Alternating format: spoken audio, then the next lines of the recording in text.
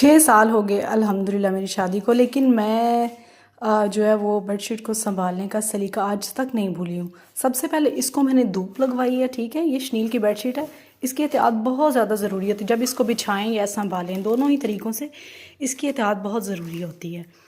इसको अच्छे से धूप लगवाई है और बीच बीच में ना मैंने इसकी रखी हैं ये वाली टैबलेट्स जो ज़्यादा तेज़ खुशबू वाली होती हैं।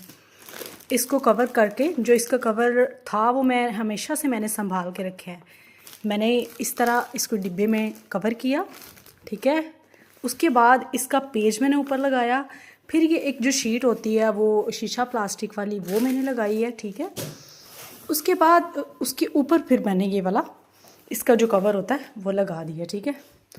अब हम करेंगे इसको बंद आराम से, ठीक है। बंद करने के बाद अब जो डिब्बा है ना, इसको अच्छे से मैं जो है वो किसी कपड़े वगैरह से इसकी डस्ट वगैरह साफ़ करूँगी। फिर मैं इसको जो है ना वो क्लोज़ करके तो फिर इसको संभालूँगी।